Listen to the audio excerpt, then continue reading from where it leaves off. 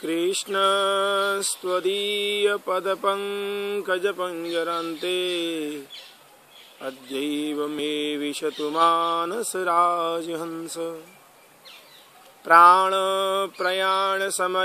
कफवातपित्तैः कण्ठावरोधनविधौ स्मरणं कुतस्ते।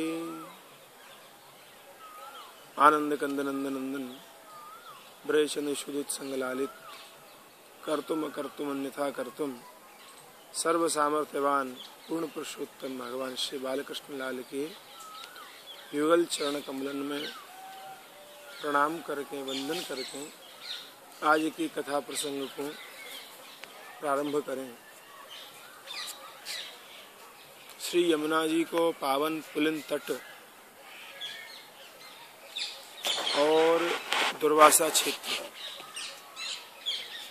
यह एक ब्रज में अभूतपूर्व स्थान कहो गए हैं।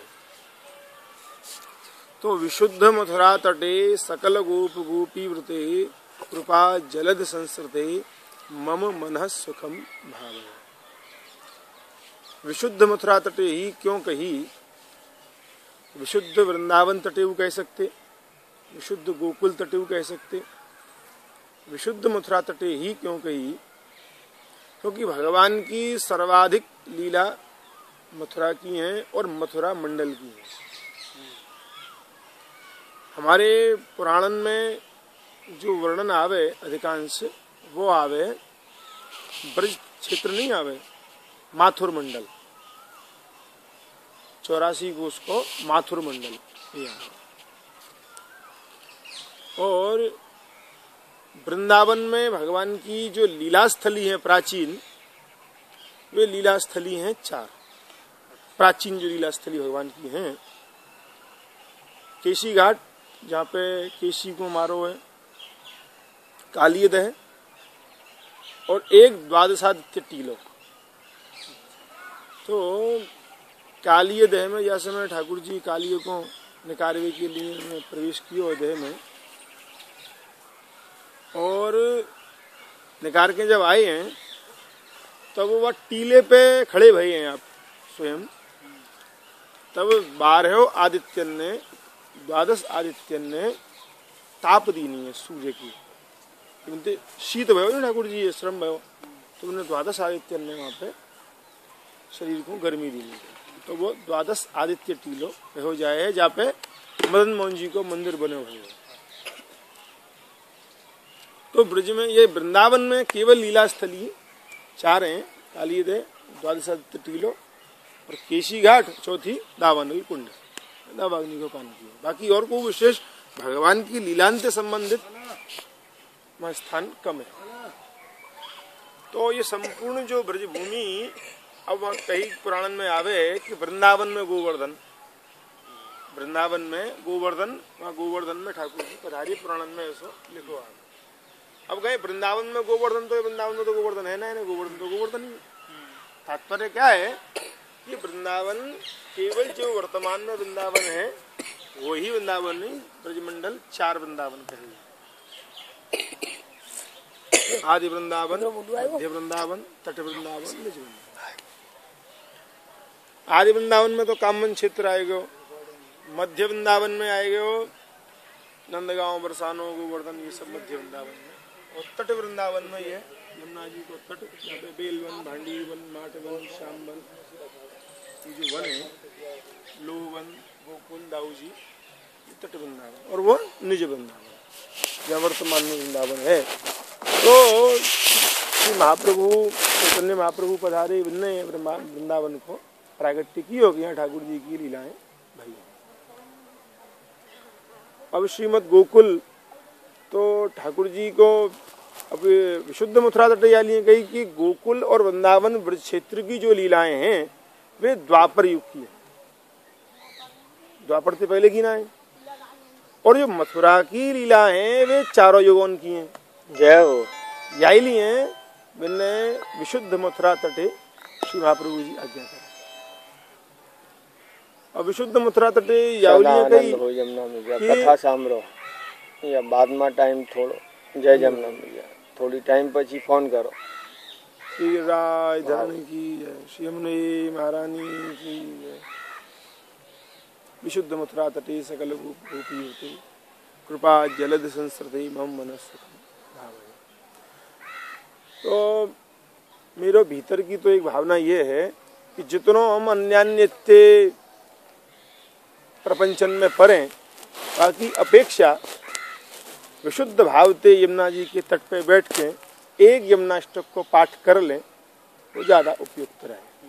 मेरी अपनी भीतर की भावना ये है, क्योंकि हुई है वही जो राम रच राखा को कर तर्क बढ़ावे साखा। जो ठाकुर जी ने रच राख्यो है वही तो होएगो, और तो कुछ होएगो नहीं। तो करवे वाले ठाकुर जी हैं, कराए वाले ठाकुर जी हैं। हमारो ये स्थान की एक ग्रंथ है वचनिका सिद्धांत। वह वचनिका सिद्धांत में वह ललित किशोरी देव जी को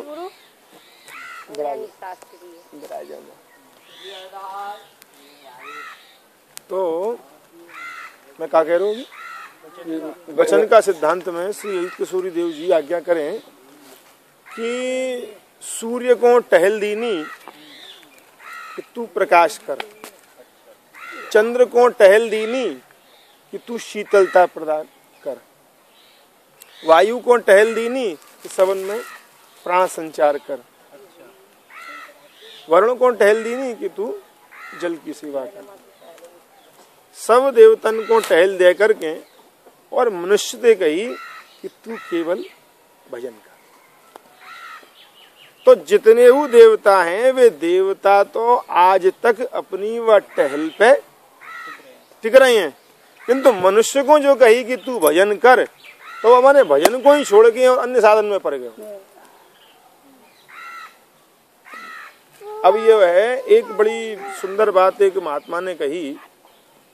एक बाबा जी ने गैया कछु बचाए के लाए, तो हम बड़ो गैया के आंदोलन ये वेद में बड़ो, लेकिन बाबा महात्मा की बात से बहुत जीवन परिवर्तन आयो। और महात्मा ने यूँ कही कि ये जो है ऐसे गोहत्या बंद करो करके ये कितनी गायों की रक्षा कर लेंगी और गौशाला खोल कर कितनी गायों को बचा लेंगे। यदि ये जो है पूर्ण ईमानदारी से, ईमानदारी तो व्यवहार हुए व्यापार हुए, ईमानदारी से भजन करें, ईमानदारी से भजन करें तो गौहत्या में विशेष फर्क पड़ेगा, गौहत्या बंद हो सकती है। तो यमुना जी के जिस आंदोलन में सब लोग बोल रहे हैं, मेरा जाओ,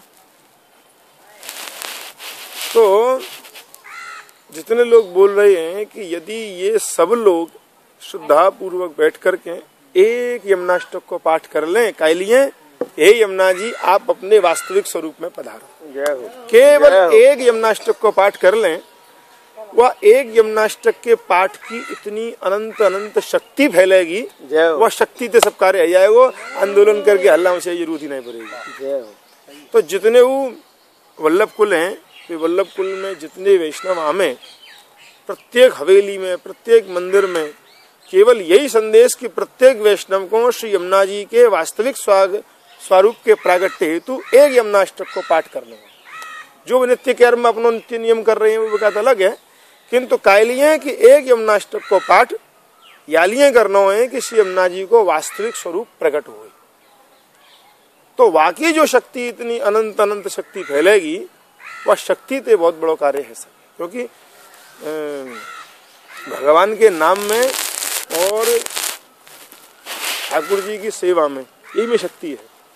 और जो नाम की शक्ति है, जो भगवत आराधना की शक्ति है, वो जो शक्ति एक बन करके आवेगी तो प्रत्येक यमुना जी के घाट पे आए हुए वाले जो हैं, या तो दो लाभ होंगे, एक तो शक्ति बनेगी जो बनेगी, दूसरे जो यमुना जी को यमुनाष्टक को पाठ करवे वाले हैं इनके कछु जीवन में सुधार होएगा और वे अपने ग्रह कलेशन में आनंद करें, और जिन पे ना आवे वे सीखेंगे। तो एक बहुत बड़ी शक्ति है बन सके। बाकी तो और तो हमें को उपाय विशेष समझ में आवे नहीं ने, चाहे कितने कछु भी बड़े ते बड़े आयोजन हम कर लें, इनकी विफलता का कारण यही है कि वहां में पूर्ण जो है समर्पण भाव नहीं है। और यमुनाष्टक के एक पाठ में समर्पण भाव है कि या भावते करना है, वह जो वैष्णव की जो उद्गार निग्रह गो हृदय थे, हे यमुना जी आप अपने वास्तविक स्वरूप में प्रकट हो तो बातें तो कछु कार्य है सके, बाकी और कु कार्य समझ में आवे कम है। क्योंकि श्री यमुना जी को जो भाव है वो अनन्य निष्ठा को है। जैसे आपने परसों ही कही कि यमुना जी की आराधना करवे ते ठाकुर जी प्रसन्न हो जाए, और अभी आपने निवेदन किया कि जो 8 प्रकार के ऐश्वर्य हैं ठाकुर जी ने वे श्री यमुना जी को प्रदान किए हैं। तो यही प्रकार तो जो संवेद रूप ते जो भगवत आराधना को एक क्रम चले वाते ये कार्य विशेष रूप से संपन्न है सके, बाकी दूसरों को कारण समझ में आगे नहीं है। मथुरापुरी जो है या को जो प्रमाण चारों युगों में मिले, या कि पावन तट पे महाप्रभु श्री वल्लभाचार्य जी पधारे और उन्होंने श्री यमुनाष्टक को यहीं पर निर्माण किया, लिखो रचित यहीं करो है। तो विशुद्ध मथुरा तटे याली हैं श्री महाप्रभु जी ने कही है और यमुना जी की आराधना करी है।